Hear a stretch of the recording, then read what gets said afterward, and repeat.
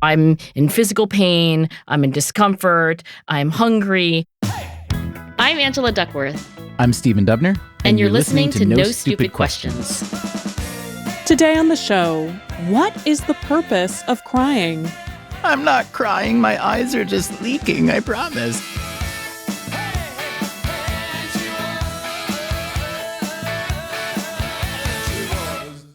Angela, a listener named Shane writes in with a question that is surely not stupid. He asks simply, why do we cry? It seems to be both a biological and an emotional reaction. There must be a reason, or why else would we have the phrase, a good cry? Shane, I must disagree, Shane. There is no such thing as a good cry, especially if you are a man. Please do not ask such stupid questions. What accent specifically are you doing right now, Stephen? Sorry, that was my Teutonic superego that says, man, do not cry, Shane. What are you thinking? But anyway, Angela, what do you think? Why do we cry? Okay, so Shane asks about the biology and the emotional dimensions of crying. So just some basic facts. Tears are partly functional from purely biological reasons. We have tears in part to lubricate the eyeball. If you get a mote of dust in your eye or anything else flies into your eye, you also produce tears to flush the eye. I don't think that's what Shane is especially interested in. Only babies and women cry, and maybe man if you get big speck of dust in your eye. So why do we have emotional crying? That's the question that Shane is asking. And I think the question of why we cry is such a deep one because it's not the case that only human beings experience sadness. We think other animals can experience some version of sadness, though, of course, it's very hard to talk to them. Not so hard to talk to them. They just don't talk back. Yes, exactly. To have a full-on conversation. Dr. Dolittle had a whole thing about talking to the animals, you will recall. Oh, that's true. I had Dr. Dolittle books. I think they talked back, though, didn't they? They did. Those were the outliers. Those were the talkative animals. Fiction and all that. Oh, fiction. Yeah, footnote. But the idea of crying as an expressive emotional act, and in particular, I think my thesis is that crying really is a form of interpersonal communication. It is a signal that we send to other people. I'll go out on a limb and say, I think human beings are the only animals that cry as a means of social communication. So that's a very interesting observation or theory that you were offering. And it does make me wonder, just from an N of one, meaning me, I don't cry a lot. Do you cry at all? I do cry. Well, it depends. There's a spectrum. Does tearing up count as crying, for instance? I would say yes. Let's say yes. And then, tell me more. I would say I am fairly prone to cry, or at least to tear up when alone and not with others. When you're alone? Do you want a story? I always want a story.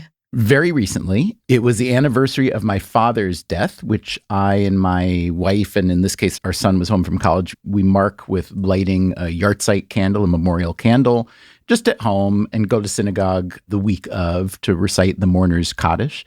It was a nice, moving experience, especially because it was with my wife and son, neither of whom ever met my dad. You were 13? I was 10 when my dad died, so I was a pretty little kid.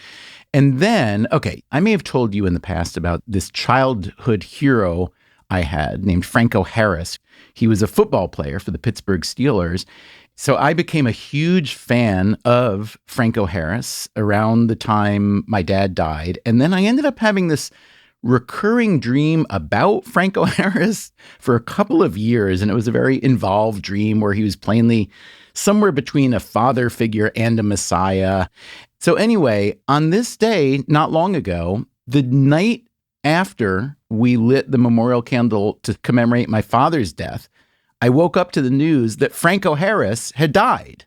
On the same day, as it turns out, 49 years later, as my father had died. Exactly the same day. Exactly the same day. Actually, as we speak, I'm not sure yet when the date of death has been declared for Franco, because this is very recent. But yeah, so he was a great football player. He's a Hall of Famer.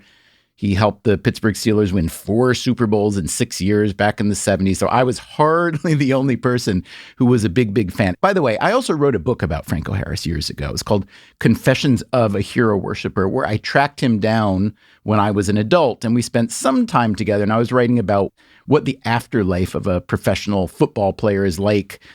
In this case, the football player who happened to be my childhood hero. So it was a slightly contorted, memoir-ish reported book. Anyway, that was some years back. Franco Harris dies, and the whole sports world and the world beyond takes notice.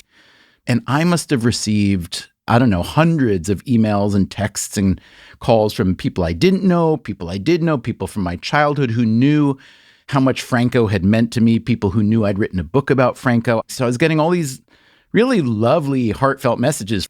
Anyway, I didn't cry about Franco Harris. I didn't cry the night before lighting the candle for my father. But the same day that Franco died, and as all these emails and texts are coming in about Franco, and I'm thinking about him, and he's all over TV, the NFL Network is wall-to-wall Franco Harris, I am working, and we are in the midst of closing the Freakonomics Radio episode, the final episode of a 3-part series we'd been doing on Adam Smith, the proto-economist and philosopher from Scotland who was born 300 years ago. And as I'm listening to the music mix of the final version of this last episode about Adam Smith, as we're visiting the graveyard where Adam Smith is buried, this is in Edinburgh, and we bring in this beautiful piece of fiddle music, now I start crying. Now you start crying. You know, I love music, and music moves me often. So when I'm crying, when I hear the fiddle come in to mark the end of this episode we've been working on while we happen to be in a graveyard, it was just a combination of emotional things that did their work on me. And I thought, wait a minute, why is the fiddle making me cry and not Franco or my father? And then I thought, well, maybe that was my response to Franco and my father that was pent up somehow. So anyway, I have been thinking about crying, and so I'm glad this question came in. Upon reflection, do you think it was a reaction to Franco and your father, or what? Well, you know, I did go in search of why we cry. I wonder if you've heard of this psychologist. He's at Tilburg University in the Netherlands. His name is Ad Vingerhoets. Yes. I think this psychologist of whom you speak is, one of the leading researchers on crying. So, yeah, I'm cursorily familiar. Well, I am even more cursorily familiar with him because I found him via Google. And I read here that Ad Vingerhoets identified 5 broad antecedents, or I guess I would call them causes, of emotional tears. Loss or separation, seems pretty obvious. Helplessness or powerlessness, interesting. Physical pain and discomfort, makes sense. Empathic crying, also makes sense. But number 5, the last one, this is the one that I subscribe to. A response to extraordinarily positive or moving situations. I mean, to me, it's odd that I don't cry to the first 4, at least very often. But the last one, I have an emotional response that's sometimes a melancholic response. Sometimes it's a response of total joy. Sometimes I'll hear a piece of music that I just find really beautiful, or, maybe it'll be watching a play or a movie, but it tends to be more music. But I did wonder, maybe this is a little bit getting to Shane's question too. I did wonder, why is that the one that seems to work on me? So I'd love you to tell us what you can. Explain everything. Yeah, I'd like you to explain everything, essentially. Well, let's first begin with the more obvious cases of crying, because I think that also gives you a sense of, where did crying come from? And from an evolutionary perspective, why would human beings have evolved this unique capacity? So let's start with the very, very common sense things. Like, we cry in response to pain. We know this about children, right? We all have heard a baby cry. And for most of us anyway, even if it's not our own baby, it does precipitate this reflexive, what's going on, what's wrong wrong. This is the baby's way of saying, like, I'm in distress. I'm in physical pain. I'm in discomfort. I'm hungry. So, primarily it's auditory, like I'm crying out with my voice. Yeah. As we get older, the visual cue becomes even more important. So most people, for example, when they cry, aren't making a whole lot of noise, but visually, right, it's super clear to you and to everybody else that tears are coming out of your eyes. So it becomes this visual signal. I'm not crying. My eyes are just leaking, I promise. So I think from a very basic standpoint, like, why would it be helpful for a baby to be able to show you this SOS signal? Well, that's pretty obvious. And I think you could argue that the other categories, I guess Odd calls them like antecedents of crying, but like why we cry, are also pretty straightforward. He says, loss or separation, like canonically grief. Everybody knows what it means to be in a state of loss. And then helplessness. This is like you are feeling overwhelmed by your situation and you can't help yourself to get out of it. Many people cry in response to that. So these three categories, like I'm in pain, I'm grieving, or I am helpless, it would be a great thing to be able to send out an emotional distress signal. I think we cry because we're social animals who have evolved to depend on each other. And this is the flag that you wave around that says, like, you need to come over here and help me. Right. Now, you started talking about babies, although I've also read that there are a lot of different hypotheses about why babies do cry. Are there? Here's from a piece from Evolution and Human Behavior, 1997. The piece is called Why Cry? Adaptive Significance of Intensive Crying in Human Infants. Number 1, crying indicates distress of infants due to physical separation from their parents. Okay. Number 2, crying may be an adaptation to decrease the likelihood of infanticide. Intense crying would indicate that the baby had vigor and enough strength to survive. In other words, I can cry loud, so don't kill me. I would think the opposite. I would think if you got a baby that's crying a lot, you might want to get rid of that one, but that's just me.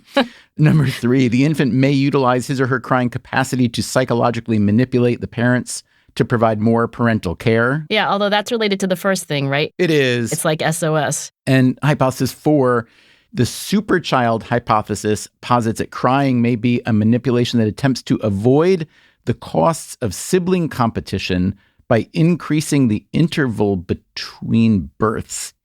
All right, I'm going to go with this. The obvious observation of babies is that they do cry when they're in distress. And the next observation you make is that somebody runs over to the baby and helps them. So that's all the data I need to suggest that it's pretty straightforward. It's an SOS that works. Right. So if you're going to include adults, now we probably want to rope in the other reasons that we may cry as adults, including joy, right? Yeah, and let's go back to Odd's list. We are this social creature that has evolved to have a social signal of distress. It starts out as that, right? But then you can imagine how that same signal becomes a little more complex and becomes, in a sense, repurposed. Now crying can take on other functions. The next most sensible thing is empathic crying, I think, in the sense that when you see somebody else who's got distress and they, in fact, might be crying, you cry in response, like that's your signal back.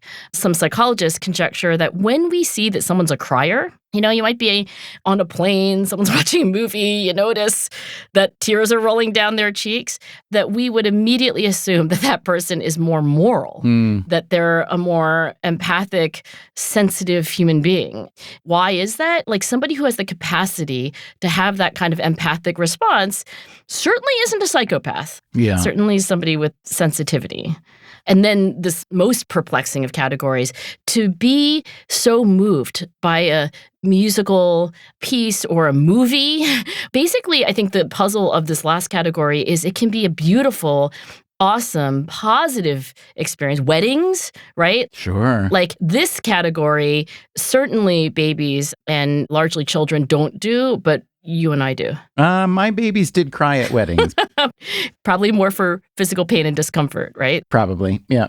It is interesting, the more I think about it, how many different functions there are. I mean, compare it to vomiting. That's pretty pretty much a one-function tool. Maybe two. You vomit when you're sick, and maybe you vomit when you're disgusted with something. But disgust and sickness are at least related. So crying seems incredibly versatile. Right? Like this thing that we do, water comes out of these tear ducts that we have for other reasons, like lubricating the eyeball. That is amazing that it has evolved such a complex function that sometimes it can mean, hey, I'm grieving. Sometimes it can mean, hey, I'm helpless. Sometimes it can mean, hey, I stubbed my toe. Sometimes it can mean, oh my gosh, that was gorgeous. Yeah. That same signal also says something about human social perception, because when you see someone cry, I think most of the time you get it right. Like you can guess why the person is crying. You don't, lean over to someone at a wedding and say, did you stub your toe? You know they're crying because they're moved from this beautiful experience. So I would love to hear from listeners. What's something that made you cry lately? Make a little voice memo. Send it to us at nsq@freakonomics.com. Just find the voice memo function on your phone, record in a nice quiet place. Tell us your story. Also tell us your name, what you do, etc. Maybe we will play it on a future episode of this show. Still to come on No Stupid Questions, Stephen and Angela discuss why men seem to cry less often than women. The last time I cried was when I was a baby.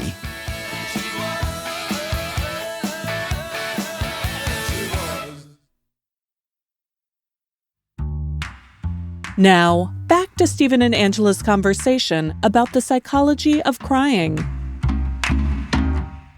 I think the major benefit is that it really is a signal of distress which brings people to you. Right. I remember quitting my job at McKinsey and explaining to my supervisor that even though I had been hired for a minimum of 2 years, that yes, it was month 10 and yes, I intended to leave at month 11.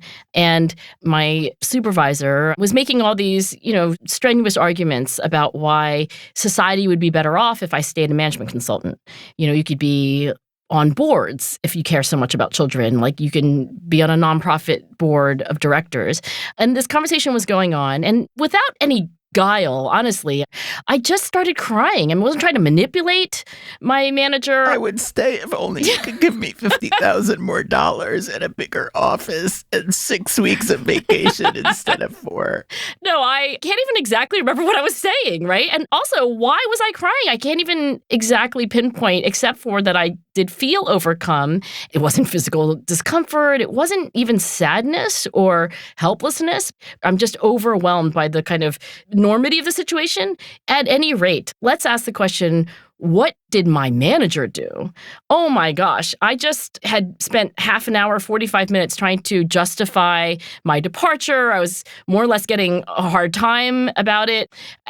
Full 180. It was like, it's amazing that you're going into teaching. First, let me get you a tissue. What can I do to be helpful? It's an amazingly effective signal. So you're saying your crying signaled to this person that you had a passion, an emotional way forward, and she was persuaded that that was legitimate and worth celebrating? That's what happened? First of all, but it doesn't matter that much. But my manager had this immediate reaction. One explanation for why we cry in situations that are not just sadness, they're not just distress, they're not pain. It's what some scientists call an emotional exclamation mark.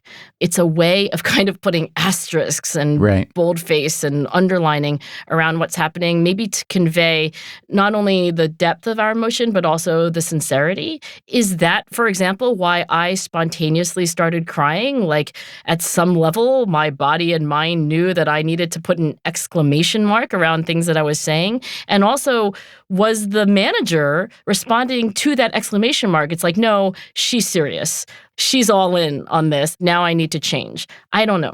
When you look back at that moment when you burst into tears considering your future, did it feel like a catharsis of some kind? Did it feel like a catharsis? I mean, catharsis is supposed to be, I think it goes back to the Greeks, but this idea that when you experience an emotion, you get it out, like a purging. So for example, this expression we have of having a good cry, the way we think it should go is that you should feel better afterwards because you've gotten it out. But I will say that I don't think I had any kind of catharsis in that conversation and in general, research is pretty surprisingly clear that catharsis doesn't really work that way. In other words, it's a myth that when you have an intense emotional experience that you quote unquote like feel better, that you've gotten it out. We talked about catharsis not that long ago. I think we were talking about horror movies and also a theory there, like maybe we get out our anxiety or our fear in the context of watching a movie. But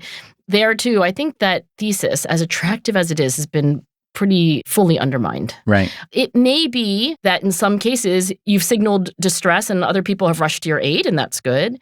It may also be that, noticing that you're feeling a certain way is good, but in general, just experiencing a lot of negative emotion does not lead people to then be okay. If that were true, then like depression would cure itself. I did read, however, something which stated that what you say now is essentially the case, which is that, the supposedly cathartic value of a good cry has been overstated. But there may be some kind of release that is more biological than emotional. Oh, like stress hormones that are in the tear ducts. I'm not sure if stress hormones or some kind of proteins. Do you know this guy, William Fry, a biochemist who studied tears of different sorts? He's looked at emotionally induced tears versus, let's say, the tears from environmental irritation. Okay, here's what it says.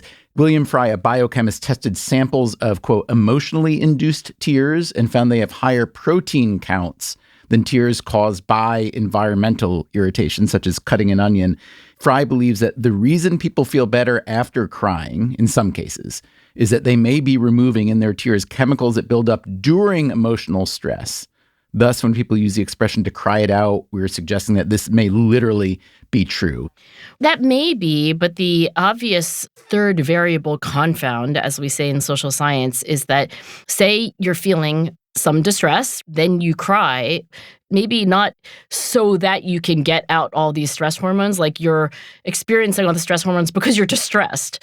I don't think the body needs a lot of kind of like, what do we do with all this cortisol? Like, oh gosh, let's get it out through the tear ducts. I hear in your voice that you're ridiculing the possibility of that being true, but that doesn't sound prima facie bonkers to me. It's not bonkers, except for like we experience these stress hormones in lots of other situations where you don't cry, but you're like anxious or your heart rate goes up and like the body doesn't seem to need to expel. I know, but maybe we should cry though.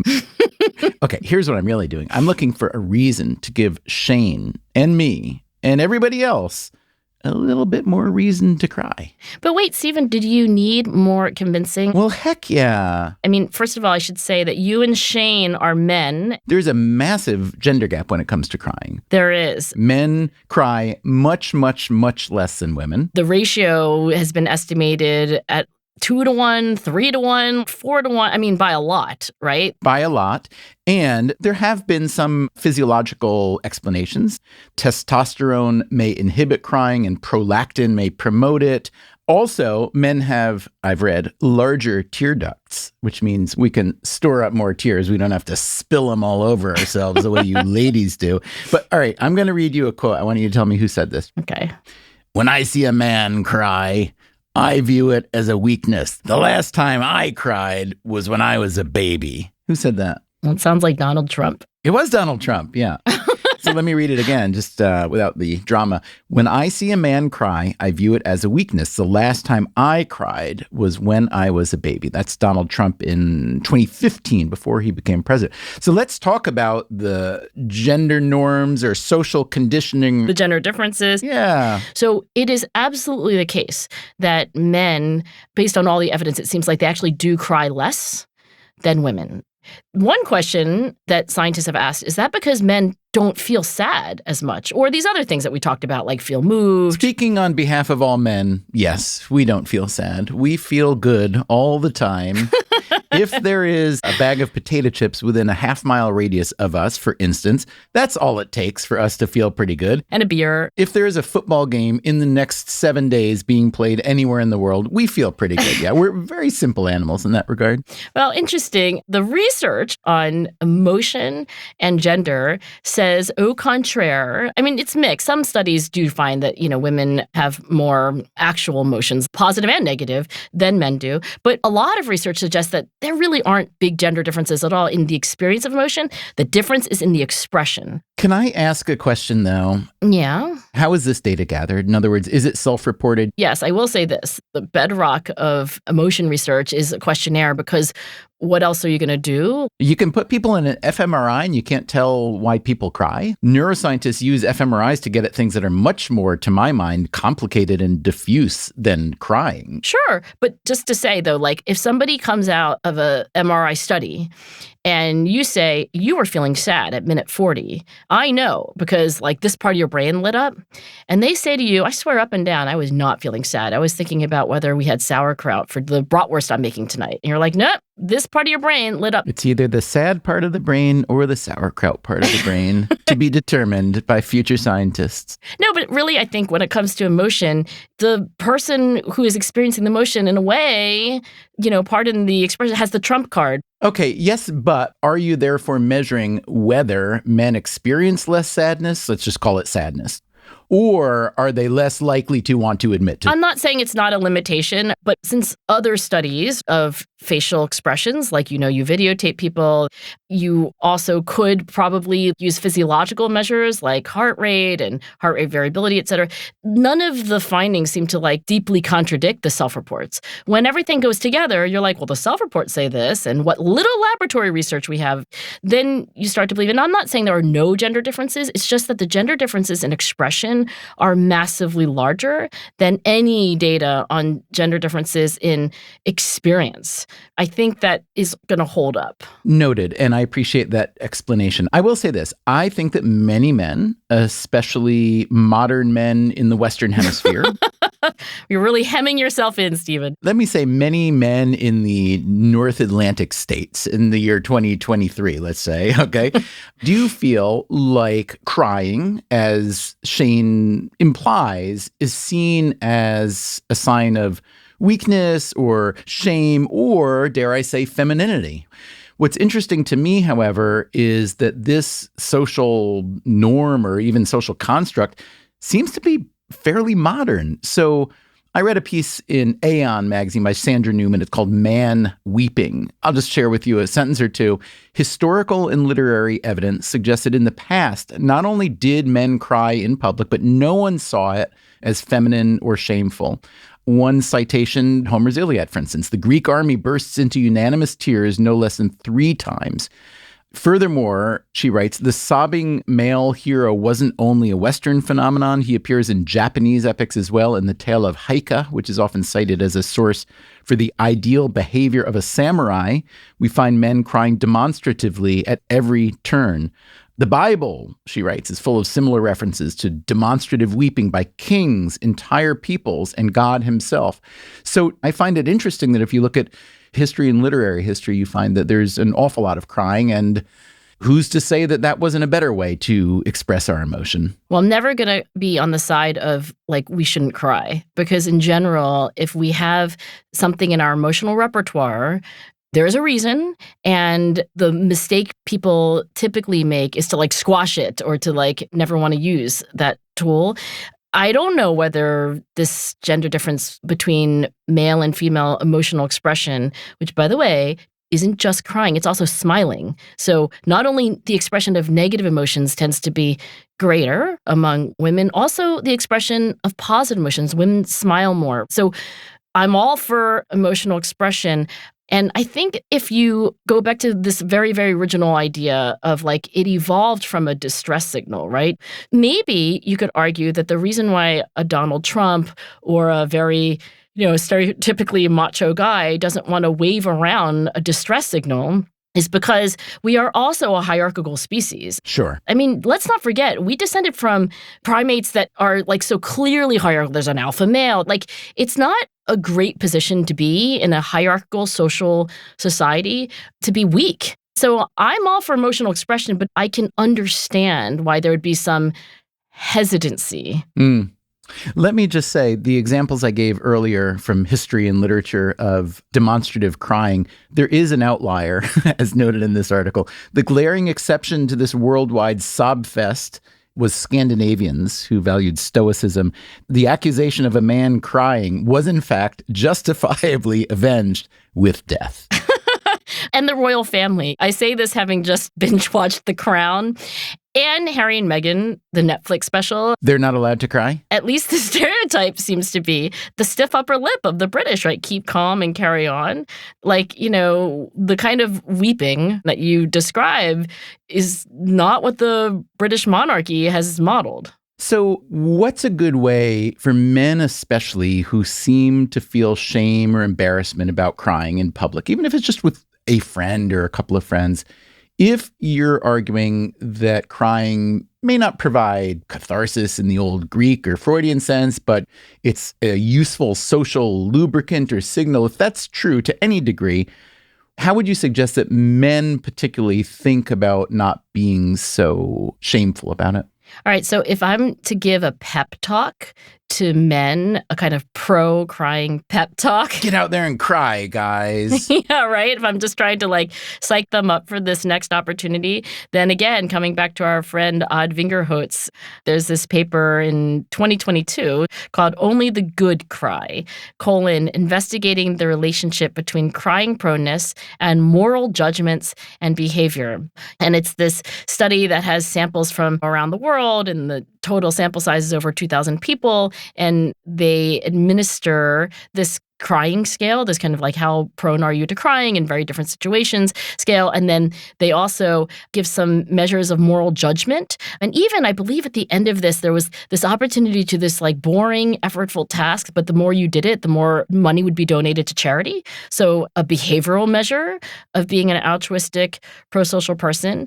Crying proneness was positively correlated with having, pro-social, ethical, moral judgments and also behavior. So the pep talk would be, I may be weak and submissive, but I'm a good person, damn it. And everybody else will think that you're a good person, so there. And that will make your macho rivals break down in tears. Yes, if they're manly enough to do it. I can't really say anything more than you just said. No Stupid Questions is produced by me, Rebecca Lee Douglas. And now, here's a fact check of today's conversation. We should note that Stephen's father, Solomon Paul Dubner, died on December 21st, 1973, at the age of 57, and Franco Harris died exactly 1 day short of 49 years later, on December 20th, 2022, at the age of 72. Then, Stephen gets the year of publication wrong for Why Cry? Adaptive Significance of Intensive Crying in Human Infants. The paper ran in Evolution and Human Behavior in 1998, not 1997. Later, Stephen says that while crying can signal a multitude of things, vomiting only signals two: sickness and disgust. In fact, vomiting can be a symptom of physical discomfort that's not necessarily caused by illness. It's associated with pregnancy and menstruation, for example. It can also be triggered by emotional stress, or even by extreme excitement. Also, Angela says that men cry an estimated 2, 3, or 4 times more than women. According to the research of William H. Fry, the biochemist who concluded that emotional tears carry more protein than non-emotional tears, men cry an average of 1.3 times per month, while women cry an average of 5.3 times a month. That's just over 4 times as much. However, we should again acknowledge that this is self-reported data. Men could be secretly crying and then denying it. Finally, Stephen mispronounces the tale of the Heike, the 14th century Japanese epic that depicts great warriors crying. That's it for the fact check. In last week's show, Stephen and Angela decided to launch a new series of episodes dedicated to the 7 deadly sins. We're still looking for questions about sloth, lust, and gluttony. Send us an email or a voice memo with your query, and Stephen and Angela might address it in the upcoming series. Also, we'd love to hear stories about the last time you cried.